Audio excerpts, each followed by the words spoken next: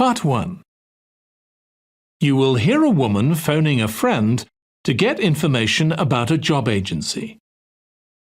First, you have some time to look at questions 1 to 5.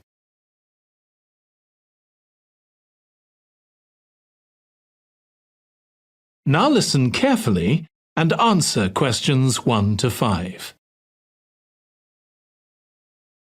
Hello, William. This is Amber.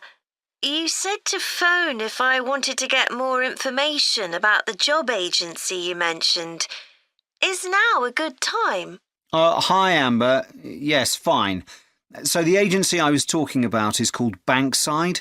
They're based in Docklands. I can tell you the address now, 497 East Side. OK, thanks.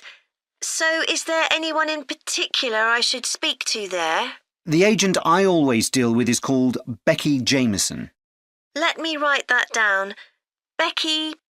Jameson. Jameson.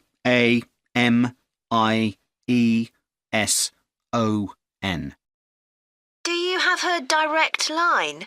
Yes, it's in my contacts somewhere. Right, here we are.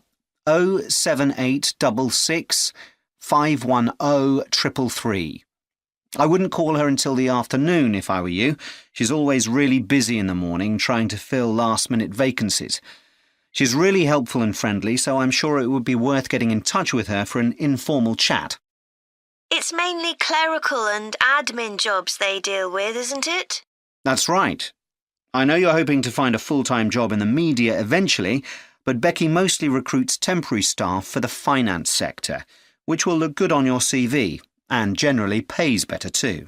Yeah, I'm just a bit worried because I don't have much office experience. I wouldn't worry. They'll probably start you as a receptionist or something like that. So what's important for that kind of job isn't so much having business skills or knowing lots of different computer systems. It's communication that really matters, so you'd be fine there. And you'll pick up office skills really quickly on the job. It's not that complicated. OK, good. So how long do people generally need temporary staff for? It would be great if I could get something lasting at least a month. That shouldn't be too difficult. But you're more likely to be offered something for a week at first, which might get extended. It's unusual to be sent somewhere for just a day or two. Right. I've heard the pay isn't too bad. Better than working in a shop or a restaurant. Oh, yes, definitely. The hourly rate is about £10, $11 if you're lucky. That's pretty good. I was only expecting to get £8 or £9 an hour. Before you hear the rest of the conversation, you have some time to look at questions 6 to 10.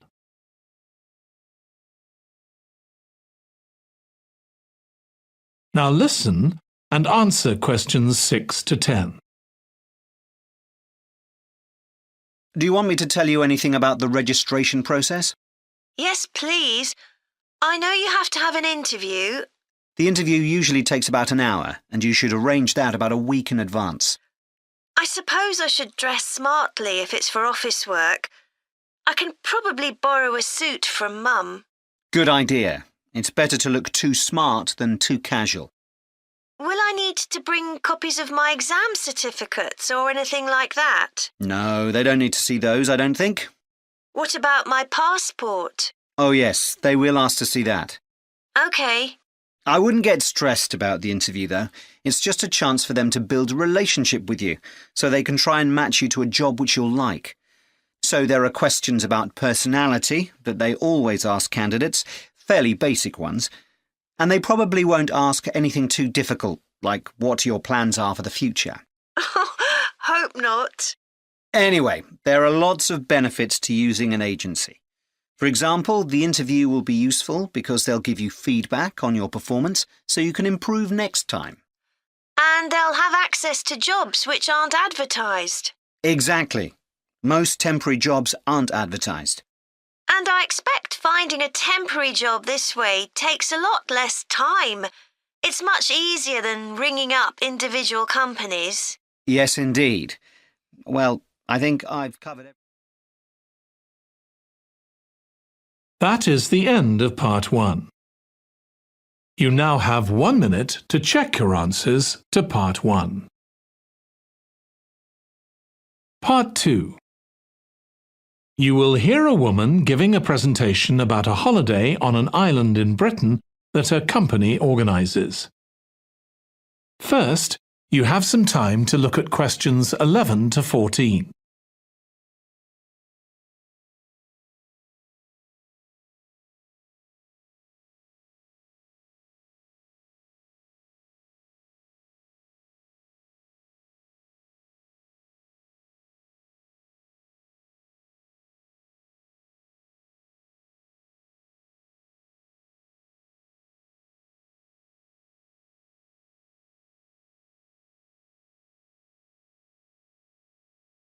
Now listen carefully and answer questions 11 to 14.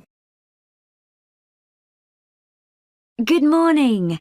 My name's Erica Matthews, and I'm the owner of Matthews Island Holidays, a company set up by my parents.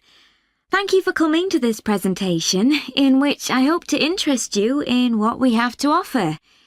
We're a small family-run company, and we believe in the importance of the personal touch. So we don't aim to compete with other companies on the number of customers. What we do is build on our many years' experience, more than almost any other rail holiday company, to ensure we provide perfect holidays in a small number of destinations, which we've got to know extremely well. I'll start with our 6-day Isle of Man holiday. This is a fascinating island in the Irish Sea, with Wales to the south, England to the east, Scotland to the north, and Northern Ireland to the west. Our holiday starts in Heysham, where your tour manager will meet you. Then you'll travel by ferry to the Isle of Man. Some people prefer to fly from Luton instead, and another popular option is to go by train to Liverpool and take a ferry from there. You have 5 nights in the hotel, and the price covers 5 breakfasts and dinners and lunch on the 3 days when there are organised trips. Day 4 is free, and most people have lunch in a cafe or restaurant in Douglas.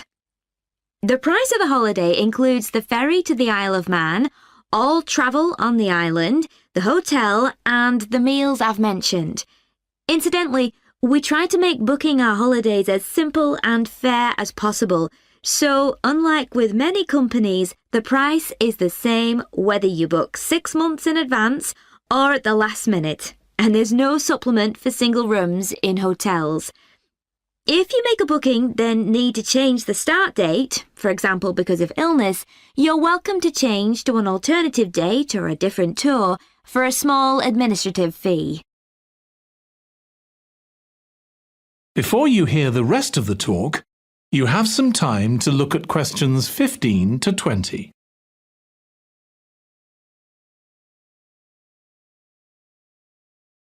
Now listen and answer questions 15 to 20. Okay, so what does the holiday consist of? Well, on day 1, you'll arrive in time for a short introduction by your tour manager, followed by dinner in the hotel. The dining room looks out at the river, close to where it flows into the harbour, and there's usually plenty of activity going on. On day 2, you'll take the coach to the small town of Peel, on the way calling in at the Tynwald exhibition. The Isle of Man isn't part of the United Kingdom, and it has its own parliament called Tynwald. It's claimed that this is the world's oldest parliament that's still functioning, and that it dates back to 979. However, the earliest surviving reference to it is from 1422, so perhaps it isn't quite as old as it claims. Day 3, we have a trip to the mountain Snaefell. This begins with a leisurely ride along the promenade in Douglas in a horse-drawn tram. Then you board an electric train which takes you to the fishing village of Laxey. From there, it's an 8-kilometre ride in the Snaefell Mountain Railway to the top. Lunch will be in the cafe, giving you spectacular views of the island. Day 4 is free for you to explore using the pass which we'll give you. So you won't have to pay for travel on local transport or for entrance to the island's heritage sites. Or you might just want to take it easy in Douglas and perhaps do a little light shopping. The last full day, Day 5, is for some people the highlight of the holiday, with a ride on the steam railway from Douglas to Port Erin. After some time to explore, a coach will take you to the headland that overlooks the Calf of Man, a small island just off the coast. From there, you continue to Castletown, which used to be the capital of the Isle of Man and its medieval castle. And on Day 6, it's back to the ferry, or the airport if you flew to the island, and time to go home. Now, I'd like to tell you a bit more. That is the end of Part 2. You now have 30 seconds to check your answers to Part 2. Part 3. You will hear 2 psychology students discussing the effects of the order in which the children in a family are born. First, you have some time to look at questions 21 to 26.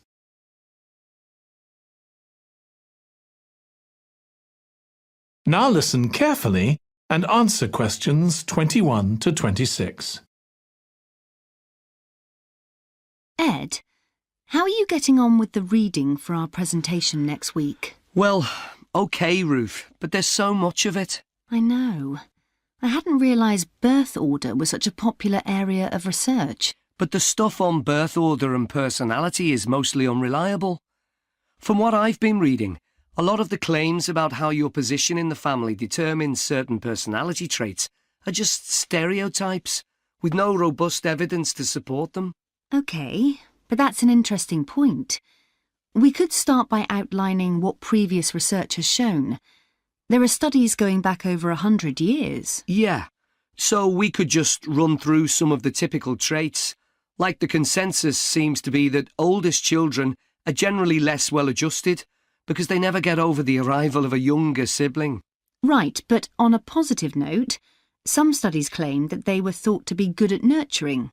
Certainly in the past, when people had large families, they would have been expected to look after the younger ones. There isn't such a clear picture for middle children, but one trait that a lot of the studies mention is that they are easier to get on with than older or younger siblings. Generally eager to please and helpful, although that's certainly not accurate as far as my family goes. My middle brother was a nightmare, always causing fights and envious of whatever I had. As I said, none of this seems to relate to my own experience. I'm the youngest in my family, and I don't recognise myself in any of the studies I've read about. I'm supposed to have been a sociable and confident child who made friends easily, but I was actually terribly shy. Really? That's funny. There have been hundreds of studies on twins, but mostly about nurture versus nature. There was one on personality which said that a twin is likely to be quite shy in social situations because they always have their twin around to depend on for support. My cousins were like that when they were small. They were only interested in each other and found it hard to engage with other kids. They're fine now, though. Only children have had a really bad press. A lot of studies have branded them as loners who think the world revolves around them because they've never had to fight for their parents' attention. That does seem a bit harsh. One category I hadn't considered before was children with much older siblings. A couple of studies mentioned that these children grow up more quickly and are expected to do basic things for themselves, like getting dressed. I can see how that might be true, although I expect they're sometimes the exact opposite, playing the baby role and clamouring for special treatment. Before you hear the rest of the discussion, you have some time to look at questions 27 to 30.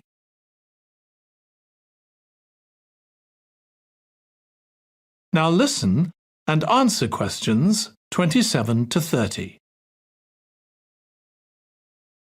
What was the problem with most of these studies, do you think? I think it was because, in a lot of cases, data was collected from only one sibling per family, who rated him or herself and his or her siblings at the same time. Some of the old research into the relationship between birth order and academic achievement has been proved to be accurate, though. Performances in intelligence tests declined slightly from the eldest child to his or her younger siblings. This has been proved in lots of recent studies. Yes, although what many of them didn't take into consideration was family size. The more siblings there are, the likelier the family is to have a low socio-economic status, which can also account for differences between siblings in academic performance. The oldest boy might be given more opportunities than his younger sisters, for example. Exactly. But the main reason for the marginally higher academic performance of oldest children is quite surprising, I think. It's not only that they benefit intellectually from extra attention at a young age, which is what I would have expected. It's that they benefit from being teachers for their younger siblings by verbalising processes. Right. And this gives them status and confidence, which again contributes in a small way to better performance. So, would you say sibling rivalry has been a useful thing for you? I think so. My younger brother was incredibly annoying, and we fought a lot. But I think this has made me a stronger person. I know how to defend myself. We had some terrible arguments, and I would have died rather than apologise to him. But we had to put up with each other, and most of the time we coexisted amicably enough. Yes, my situation was pretty similar. But I don't think having two older brothers made me any less selfish. I was never prepared to let my brothers use any of my stuff. That's perfectly normal, whereas sometimes... That is the end of part 3. You now have 30 seconds to check your answers to part 3.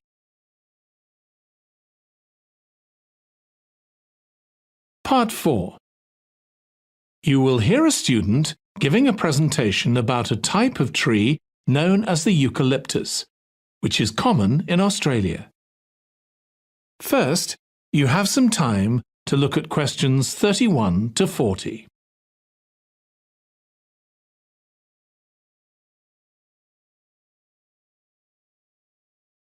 Now listen carefully and answer questions 31 to 40. Today, I'm going to talk about the eucalyptus tree. This is a very common tree here in Australia, where it's also sometimes called the gum tree. First, I'm going to talk about why it's important. Then I'm going to describe some problems it faces at present. Right, well, the eucalyptus tree is an important tree for lots of reasons. For example, it gives shelter to creatures like birds and bats, and these and other species also depend on it for food, particularly the nectar from its flowers. So it supports biodiversity. It's useful to us humans too, because we can kill germs with a disinfectant made from oil extracted from eucalyptus leaves. The eucalyptus grows all over Australia, and the trees can live for up to 400 years. So it's alarming that all across the country, numbers of eucalyptus are falling because the trees are dying off prematurely. So what are the reasons for this? One possible reason is disease. As far back as the 1970s, the trees started getting a disease called Mundula yellows.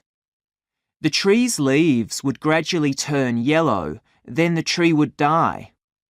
It wasn't until 2004 that they found the cause of the problem was lime, or calcium hydroxide, to give it its proper chemical name, which was being used in the construction of roads.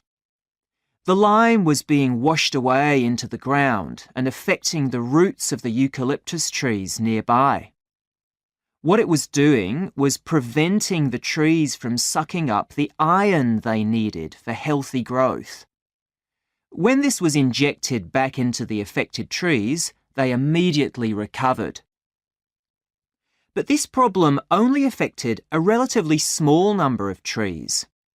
By 2000, huge numbers of eucalyptus were dying along Australia's east coast of a disease known as bell miner-associated dieback. The bell miner is a bird, and the disease seems to be common where there are high populations of bell miners. Again, it's the leaves of the trees that are affected. What happens is that insects settle on the leaves and eat their way round them, destroying them as they go, and at the same time they secrete a solution which has sugar in it. The bell miner birds really like this solution, and in order to get as much as possible, they keep away other creatures that might try to get it. So these birds and insects flourish at the expense of other species, and eventually so much damage is done to the leaves that the tree dies.